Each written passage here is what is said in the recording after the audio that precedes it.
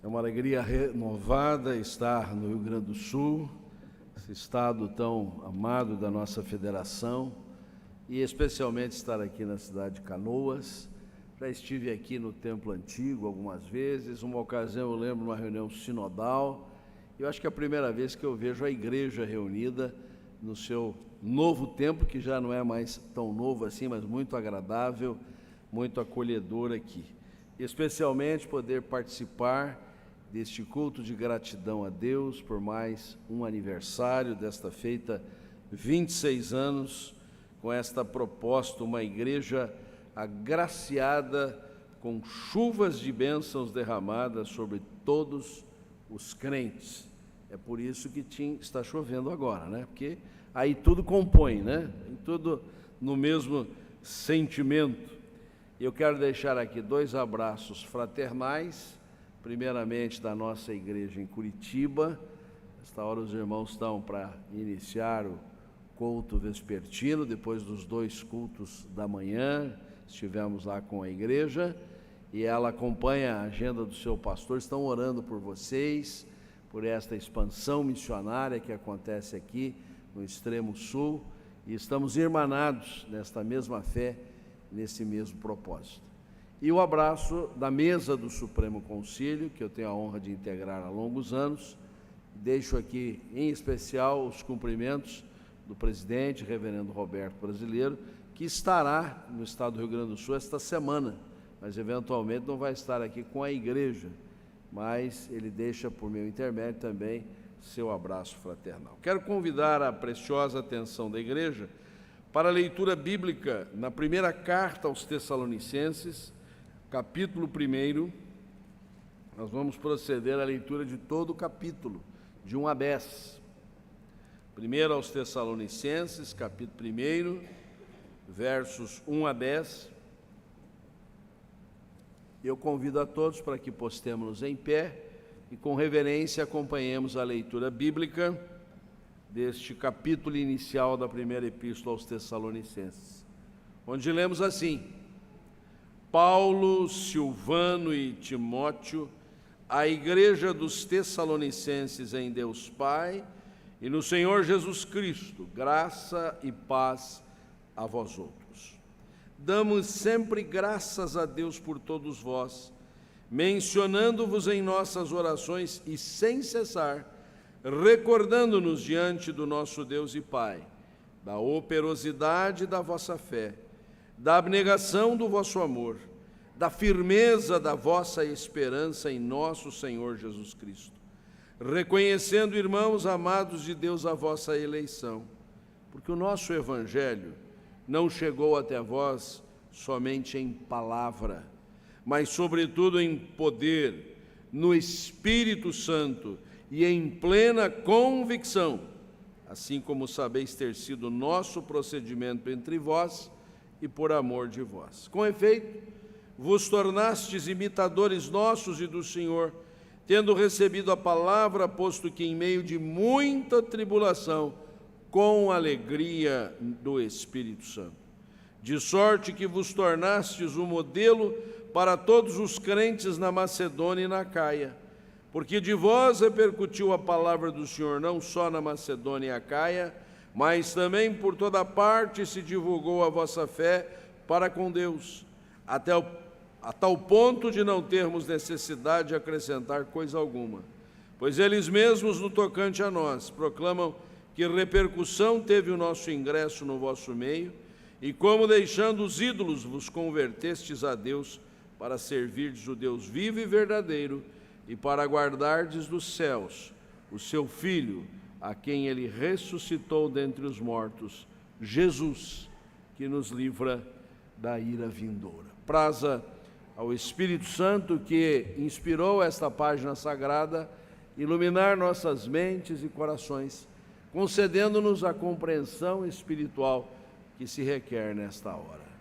Mais uma vez buscamos a Tua face, Senhor, colocando-nos diante da Tua palavra bendita, esta que o Senhor nos legou com o propósito de nutrir a Tua igreja, de orientar os passos do Teu povo, de conceder-nos, Senhor, aquele entendimento acerca das realidades espirituais.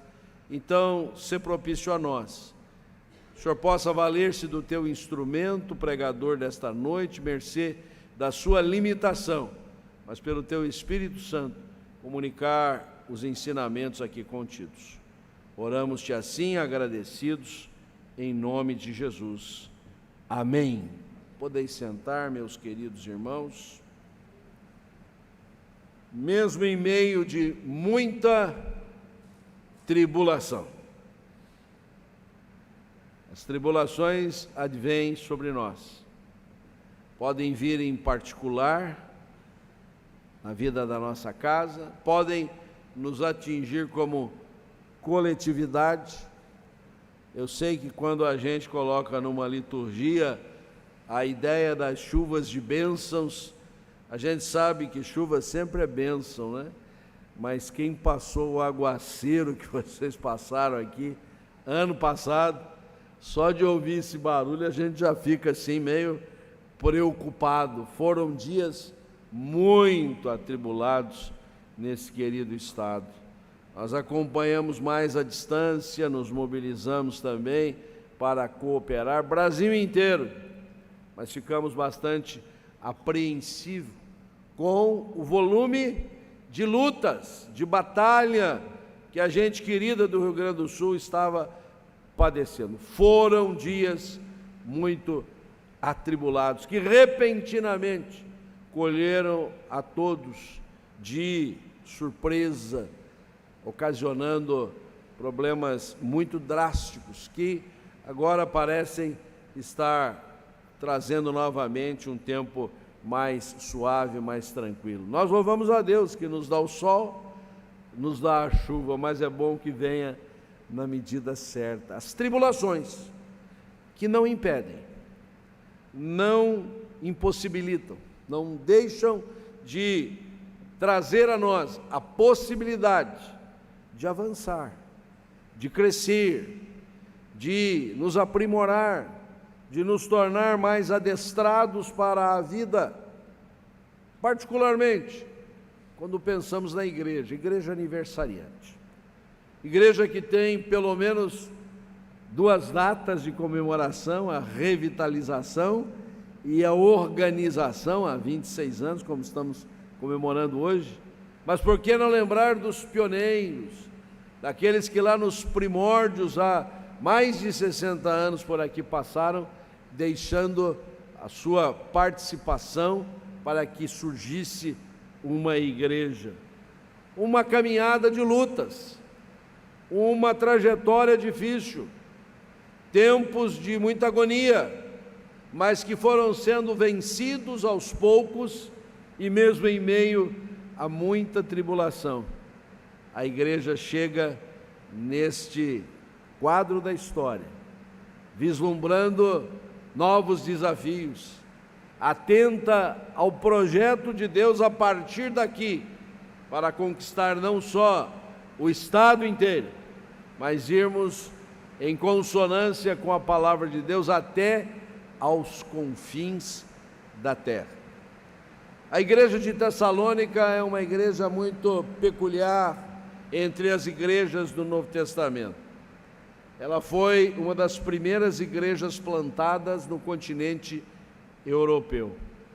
O apóstolo Paulo estava em sua 2ª viagem missionária, retornando às mesmas paragens que havia realizado na primeira viagem, e quando se encontrava na altura de Troade, essa Troade é a mesma Troia dos clássicos gregos, e naquele lugar ele teve uma visão celestial, em que um varão macedônio, ou seja, do outro lado do mar Egeu, veio até ele e disse assim: passa a Macedônia, vem para a Macedônia e ajuda-nos.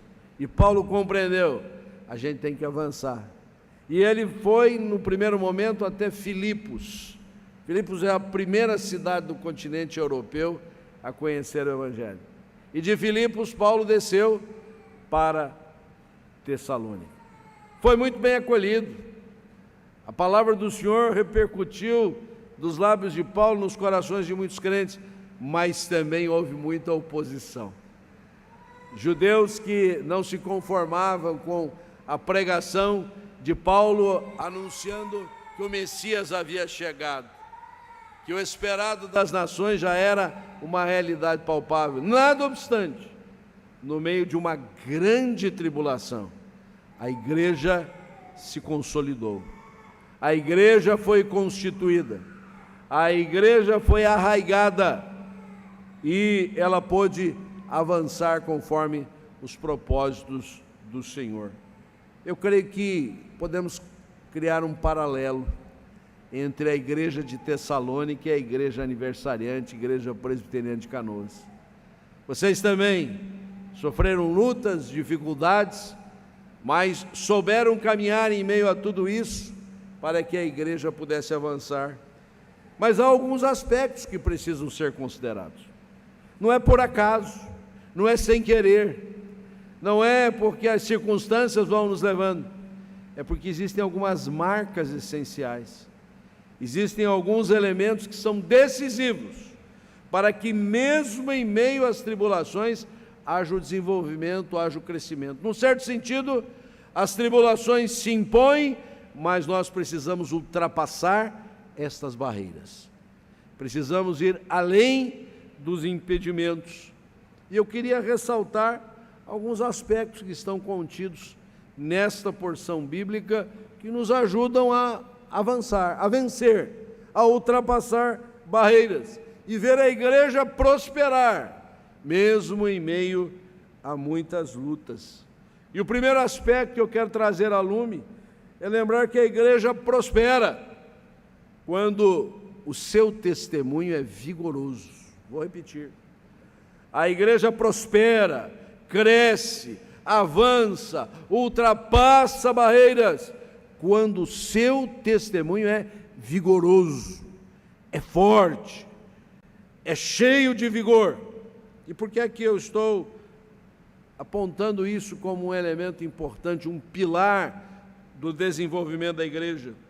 Porque Paulo, quando abre esta epístola que ele escreve em conjunto com Paulo e Silvano, ou Silas, se você preferir, em alguns lugares ele é chamado assim, ele se apresenta e apresenta seus companheiros, os saúda e logo diz assim: porque eu trago na minha mente, eu tenho muito claro quando penso em vocês, vocês estão no meu coração por causa de algumas marcas, algumas coisas que revelam o testemunho vigoroso da igreja.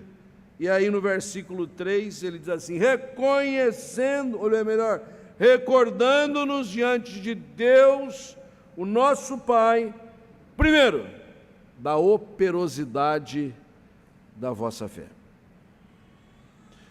Uma igreja prospera em meio às lutas, às tribulações, quando o seu testemunho é vigoroso, porque ela revela uma fé que é operosa, uma fé que trabalha, uma fé que arregaça as mangas, uma fé que não se acomoda confortavelmente nos bancos tão gostosos da igreja. Aqui dá para a gente fazer culto de 3 horas para frente, né, pastor?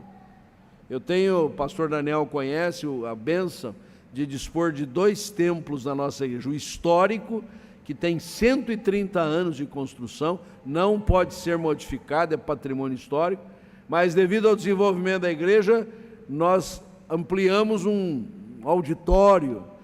O templo histórico cabe em 300 pessoas, o grande 1.100 pessoas. O histórico, ele tem os bancos de madeira. O culto não pode passar muito de 1 hora, 1h15, que começa a dar dor na coluna, né? Agora, no que nós chamamos de espaço de adoração, ali dá para fazer culto de 2 horas, 2 horas e meia. A gente não faz tanto assim, mas se precisar faz, porque são poltronas confortáveis, né? Mas a igreja não está aqui para ficar em situação de conforto, acomodada. A igreja precisa demonstrar uma fé que trabalha, uma fé operosa, a operosidade da vossa fé. A nossa fé não pode ser apenas um recitar do credo. Vamos receber pessoas por pública profissão de fé. Vamos ter um culto especial em que queremos até mesmo recitar este ou aquele credo que nos são peculiares. É bonito, faz parte de uma liturgia especial, mas ficássemos aqui apenas recitando o que cremos e não vivendo o que cremos, e não praticando o que cremos, e não trabalhando pelo reino de Deus como cremos, e isso não passaria apenas de uma teatralização.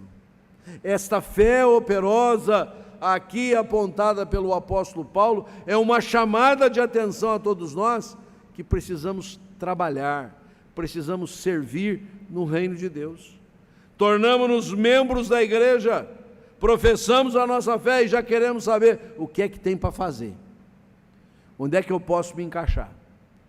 Vou trabalhar com a música, com as crianças, com o ensino, com a ação social, com a visitação. Temos que dispor o nosso tempo para o incremento da obra do Senhor. Não podemos nos acomodar. Notável que o Senhor Jesus, no dia em que curou o paralítico de Betesda, lá em Jerusalém, no instante em que passava por aquele lugar e aborda o enfermo e diz: você não quer ser curado? Eu quero, mas eu não dou conta de entrar no tanque.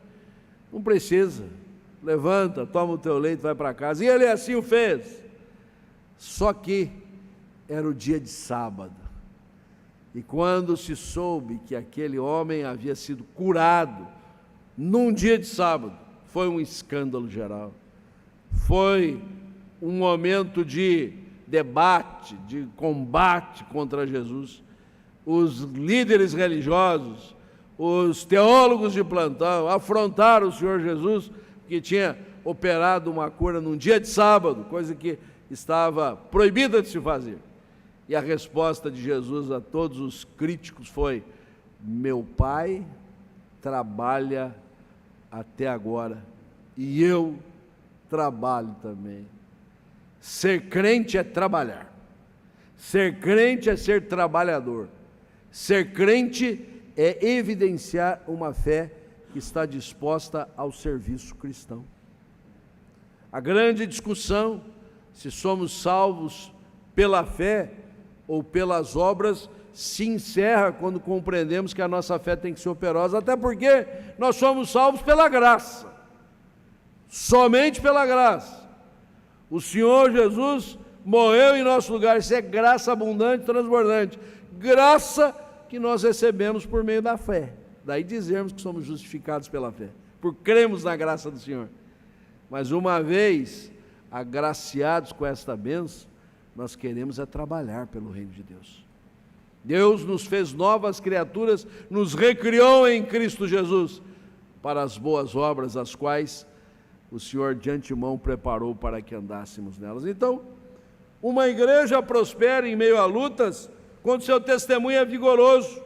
Dos Tessalonicenses se dizia: vossa fé é operosa, dos crentes de Canoa também. Mas não para aí o vigor do testemunho da igreja, porque já na sequência se diz: também me recordo da abnegação do vosso amor. A fé operosa e o amor abnegado fazem uma dupla perfeita.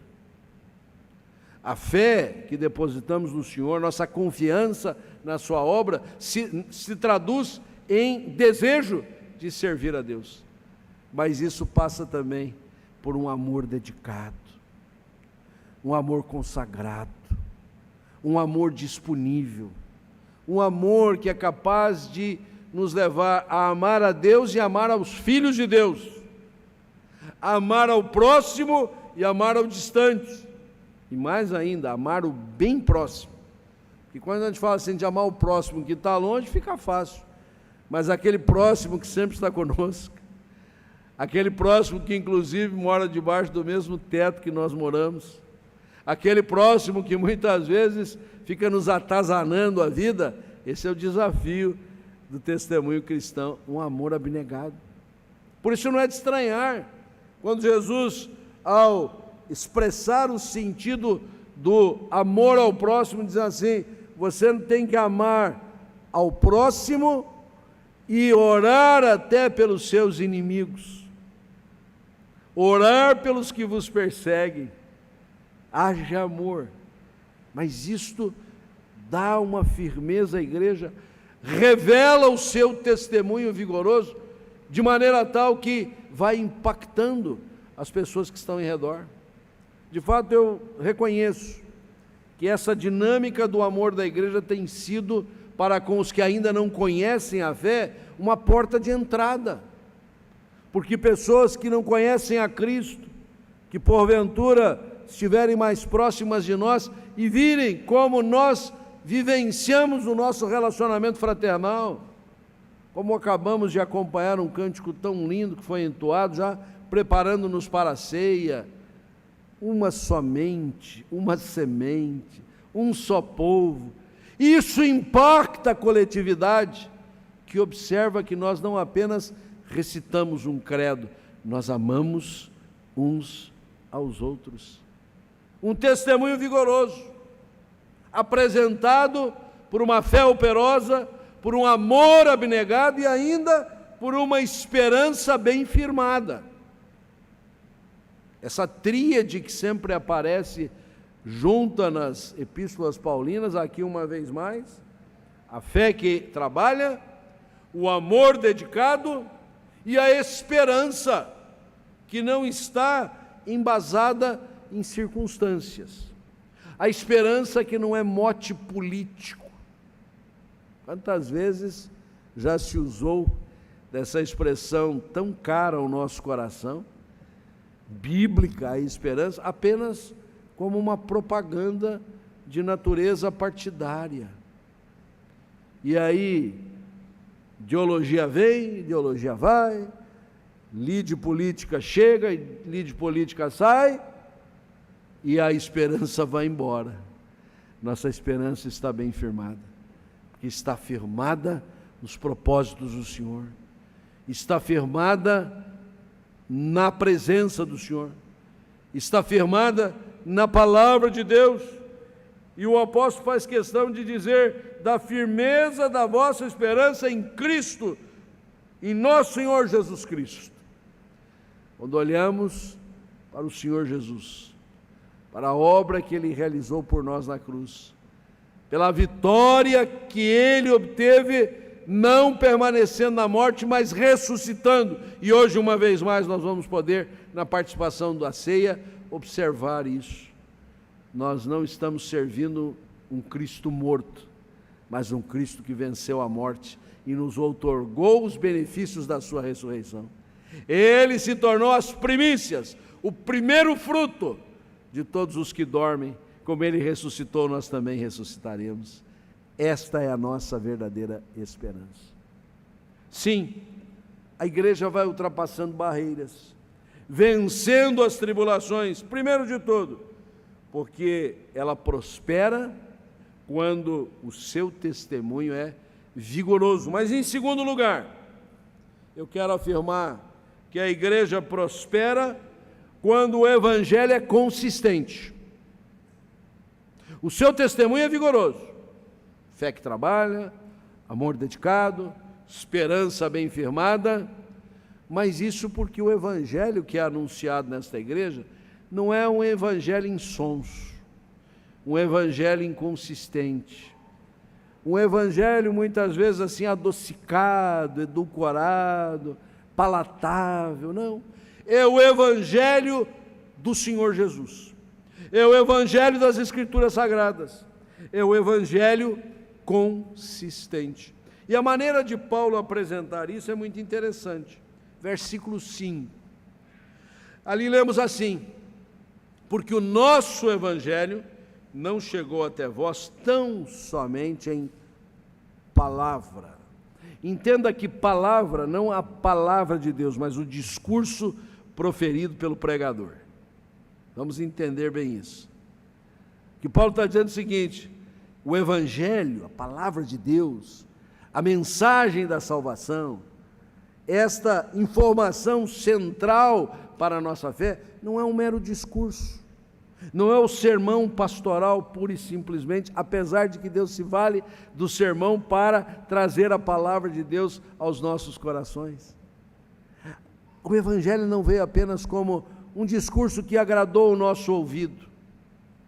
Ele precisa ser bem preparado. A palavra deve ser ministrada de uma maneira inteligente. Tenho certeza de que todos que se revezam nesse púlpito, atuam nos diversos segmentos dessa igreja, preparam-se bem para apresentar o seu trabalho, mas é preciso mais do que isso. O Evangelho não chegou apenas no discurso, chegou em poder. Palavra que está apresentada por meio de um poder divino. A pregação acontece, mas o poder é do Espírito Santo. O anúncio é feito através dos instrumentos que o Senhor dispõe, mas Ele nos habilita, Ele nos capacita pelo Seu Espírito Santo. Somente, não veio até vós somente em palavra, mas sobretudo em poder, no Espírito Santo. O poder que é do Espírito Santo.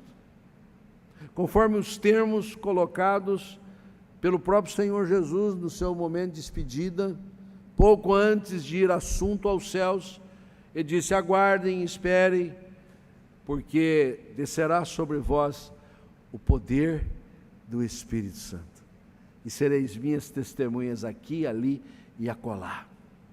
Sereis minhas testemunhas em Jerusalém, em toda a Judéia, Samaria, até os confins da terra.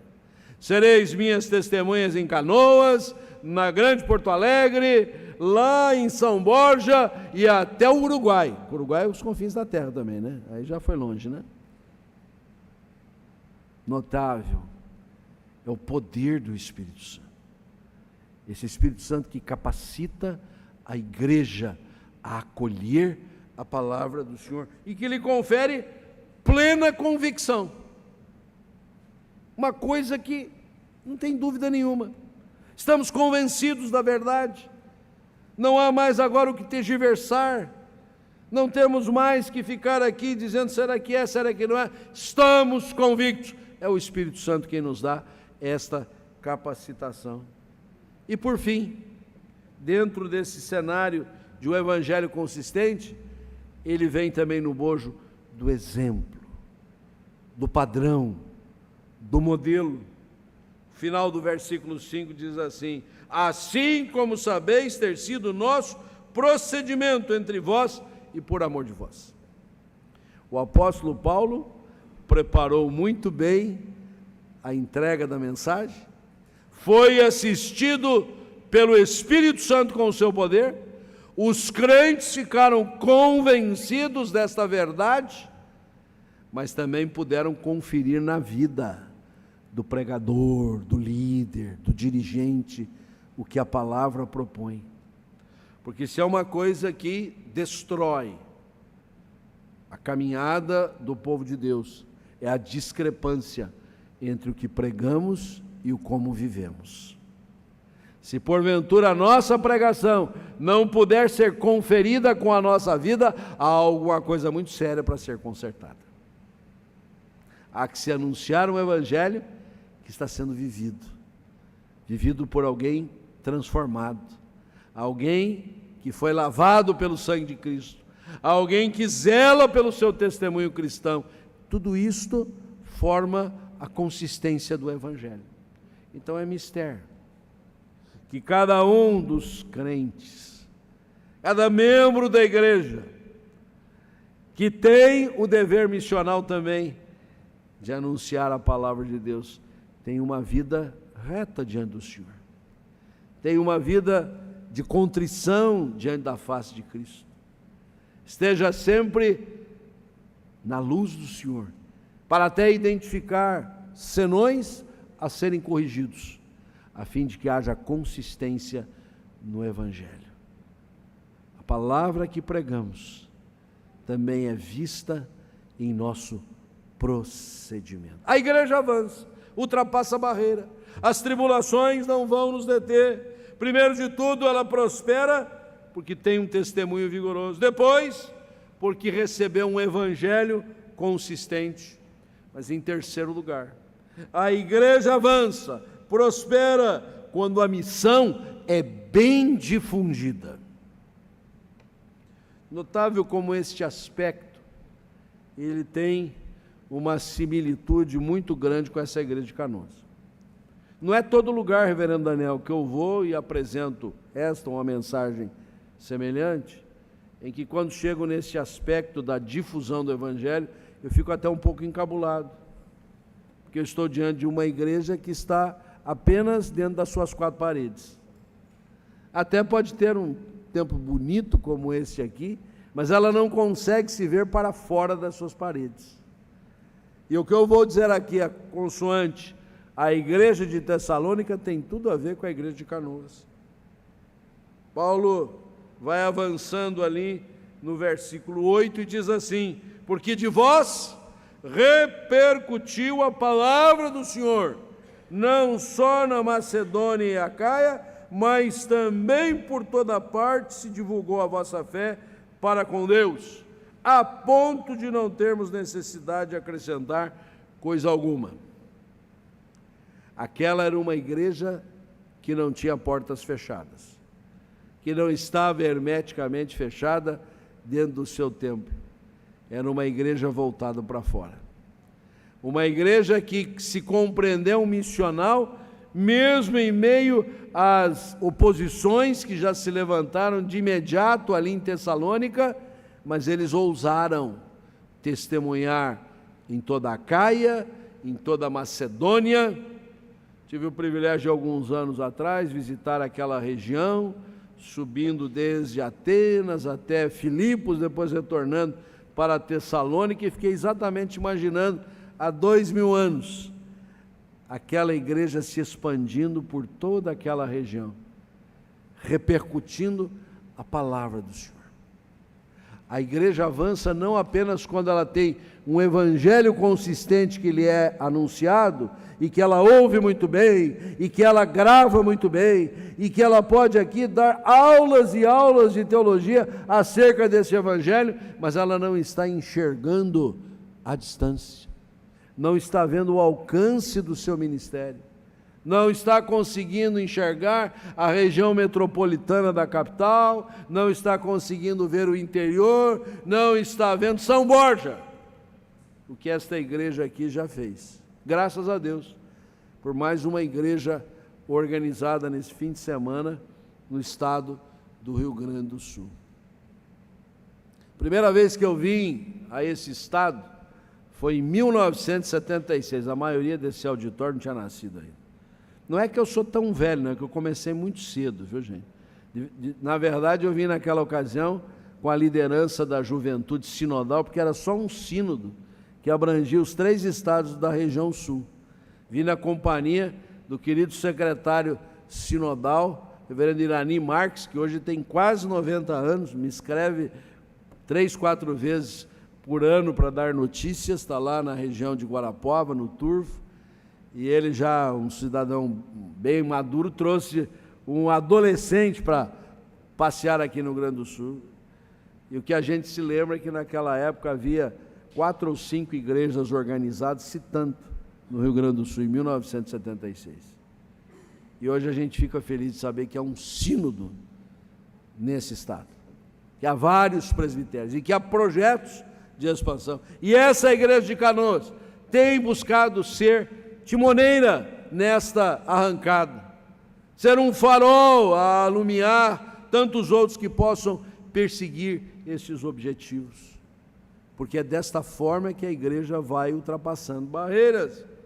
Ela prospera em meio a lutas, quando a missão é bem difundida.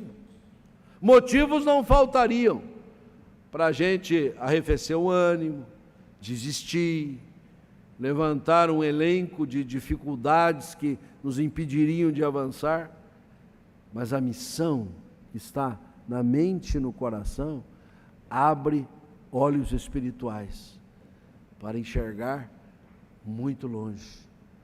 Nossa igreja em Curitiba tem buscado essa percepção. De fato, em 1992, quando chegamos àquela região, retornando é minha cidade, é minha região, mas estava fora por cerca de 14 anos. Nós tínhamos um presbitério com 9 igrejas e 3 congregações. E hoje nós somos 6 presbitérios, falávamos há pouco aqui, mais de 70 trabalhos espalhados por toda aquela região, o sínodo da nossa cidade, porque a missão precisa ser bem difundida. O Senhor vai levantar os recursos, o Senhor vai convocar os recursos humanos, não apenas os recursos pecuniários, mas a nossa missão precisa estar bem difundida, como estava a da igreja de Tessalônica. Quero caminhar para o final, e motivando-nos já para a participação da ceia do Senhor, que é, por assim dizer, uma ratificação do nosso compromisso com a obra do Senhor. A igreja vai avançando, vai ultrapassando barreiras, não apenas quando o testemunho é vigoroso, quando o evangelho é consistente, quando a missão é bem difundida, mas também quando o seu compromisso é autêntico. O seu compromisso é autêntico.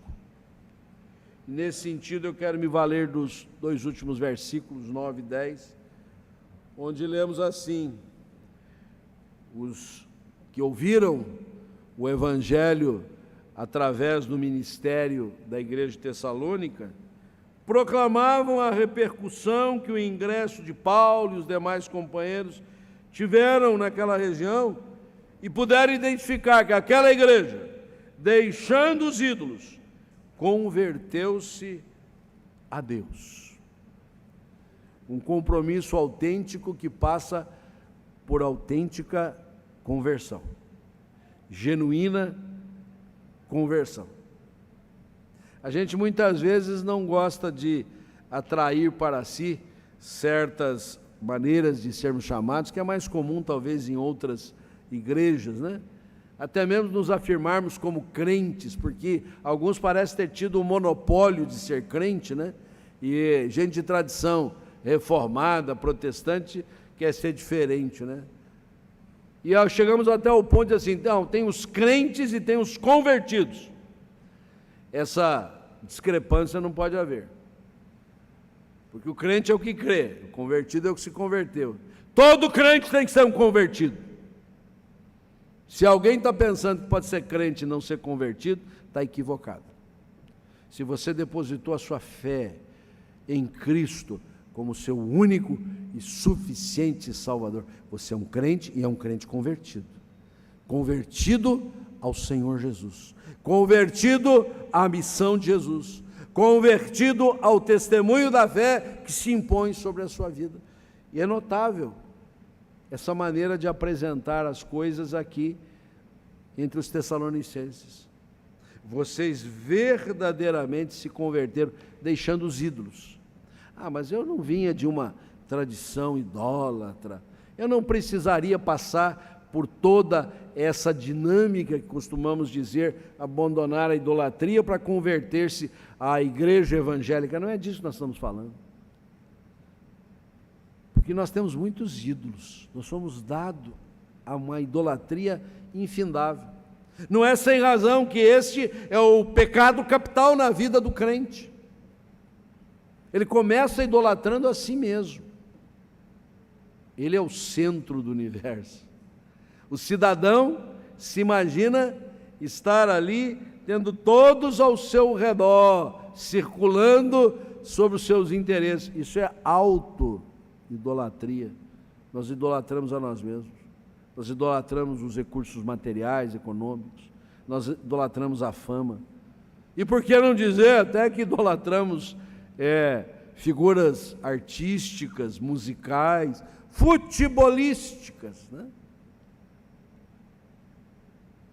O crente, ele só tem um único Deus. Ele serve a um único Senhor.